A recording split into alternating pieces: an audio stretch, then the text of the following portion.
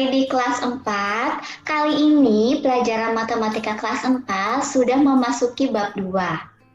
Bab 2 yaitu tentang KPK dan FPB. KPK adalah singkatan dari kelipatan persekutuan terkecil. Contoh penggunaan KPK adalah salah satunya untuk mengatur waktu memancarnya air pada air mancur.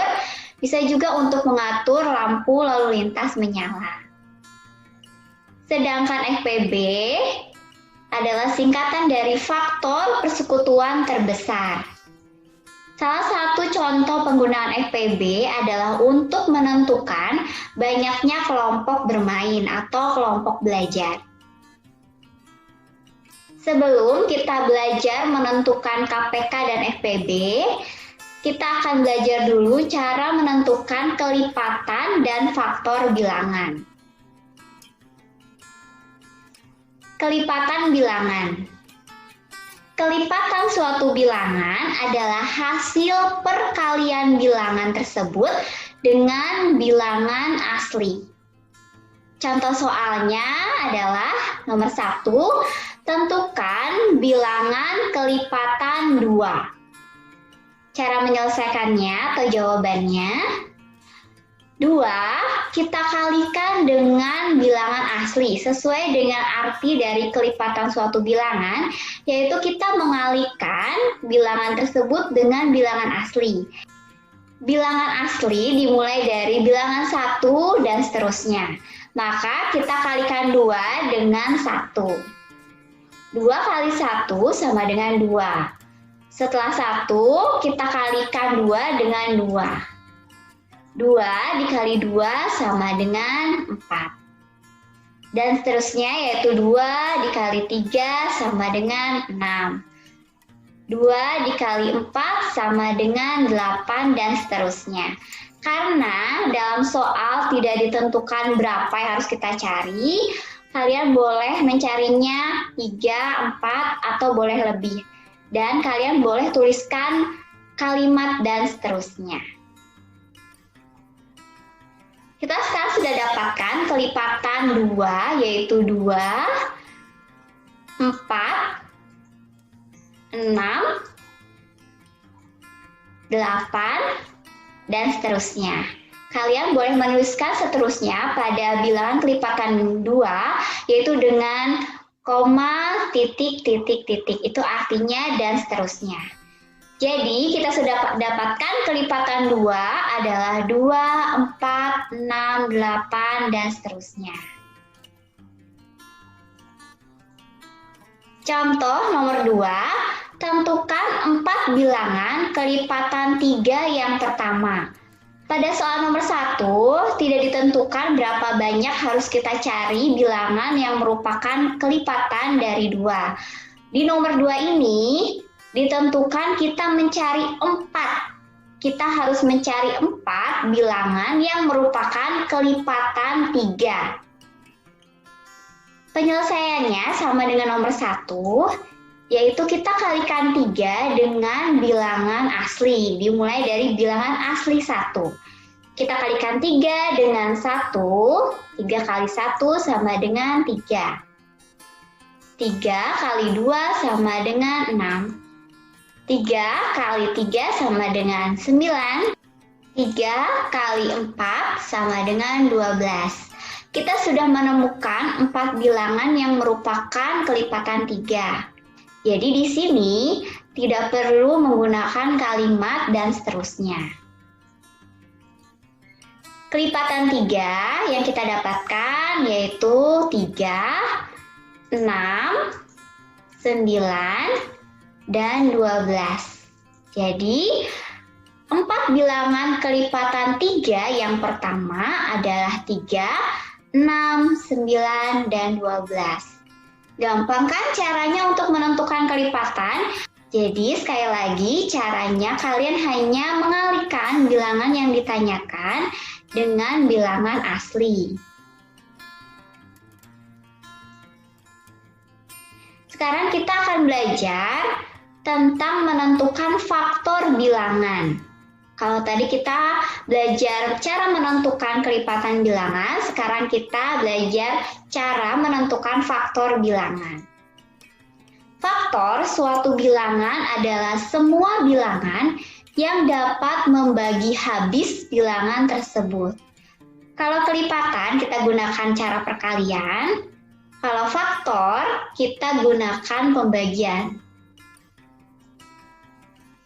Contoh soal yang pertama, tentukan faktor dari 10.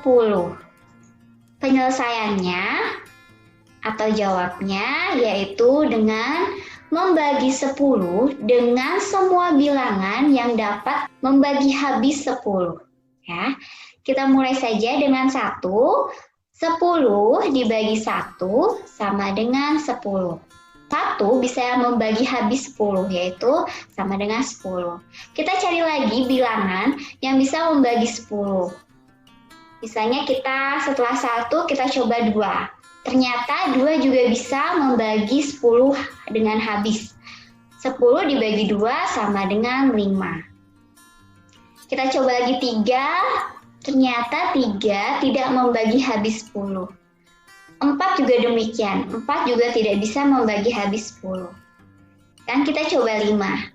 5 ternyata bisa membagi habis 10. 10 dibagi 5 sama dengan 2. 6 tidak bisa, 7, 8, 9 juga tidak bisa. 10 kita coba, 10 dibagi 10 ternyata bisa membagi habis, yaitu sama dengan 1. Nah, dan seterusnya tidak bisa lagi ya. 10 dibagi 11 dan seterusnya tidak bisa karena pembaginya lebih dari 10. Itu cara yang pertama. Cara yang kedua, kalian bisa menggunakan tabel. Dari tabel ini, kalian bisa menggunakan cara pembagian atau perkalian. Kalian cari 2 bilangan yang bisa atau yang hasilnya adalah 10. Bisa juga dengan cara pembagian seperti tadi. 10, misalnya seperti tadi, dibagi 1. 10 dibagi 1 sama dengan 10. Atau 1 dikali 10 sama dengan 10. 10 dibagi 2 sama dengan 5. Atau 2 dikali 5 sama dengan 10. Nah, 10 dibagi 5 tidak perlu ditulis lagi karena di sini sudah ada 5. 10 dibagi 5 sama dengan 2. 10 dibagi 10 sama dengan 1. Jadi 10 dibagi 5 dan 10 dibagi 10 tidak usah dituliskan lagi di dalam tabel. Jadi kita sudah ketemu atau sudah menemukan faktor dari 10 adalah ada 4, yaitu 1, 2, 5, dan 10. Kita coba lagi pada contoh soal yang kedua. Tentukan faktor dari 24. Cara menyelesaikannya sama seperti tadi. Kita bisa gunakan pembagian, kita cari bilangan yang membagi habis 24. Pertama dibagi 1, pasti semua bilangan akan habis dibagi 1. 24 dibagi 1 sama dengan 24. Dibagi 2 ternyata bisa, yaitu sama dengan 12. Dibagi 3 juga bisa, sama dengan 8. 24 dibagi 4 bisa, yaitu sama dengan 6. 24 dibagi 5 tidak bisa. Sekarang dibagi 6 bisa, yaitu sama dengan 4. 24 dibagi 7 tidak bisa. Dibagi 8 sama dengan 3.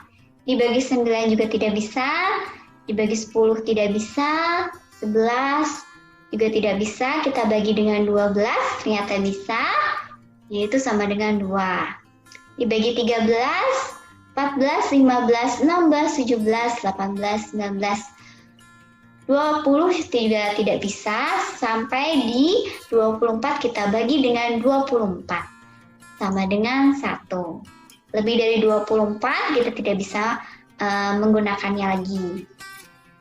Cara yang kedua, kalian bisa pakai dengan tabel. Jadi pada saat mengerjakan soal ini, kalian boleh memilih salah satu cara. Mau menggunakan cara yang pertama dengan membagi semuanya, atau kalian juga bisa menggunakan cara dengan menuliskannya dalam tabel. Dalam tabel juga sama caranya seperti tadi dengan cara dibagi atau cari dua bilangan yang bisa dikali dan hasilnya sama dengan 24. 24 dibagi 1 sama dengan 24 atau 1 dikali 24 sama dengan 24. 24 dibagi 2 sama dengan 12. 24 dibagi 3 sama dengan 8. 24 dibagi 4 sama dengan 6. Dibagi 5 tidak bisa, dibagi 6 bisa, tetapi pembagian 24 dibagi 6 tidak perlu dituliskan lagi dalam tabel karena sudah ada di sini. Ya, karena 6 dikali 4 sama juga dengan 4 dikali 6. Hasilnya sama dengan 24. Begitu juga dengan 8 dikali 3. Tidak perlu dituliskan lagi, itu sama dengan 3 dikali 8. 12 dan 24 juga seperti itu. Jadi kita sudah menemukan faktor adalah 1, 2, 3, 4, 6, 8, 12, dan 24. Nah, jadi ketika kalian menentukan kelipatan suatu bilangan, kalian menggunakan cara perkalian, tetapi kalau kalian menentukan faktor suatu bilangan, kalian bisa menggunakan pembagian atau bisa menggunakan tabel hubungannya dengan perkalian. Jadi jangan sampai terbalik ya, cara menentukan kelipatan dan cara menentukan faktor. Selamat belajar!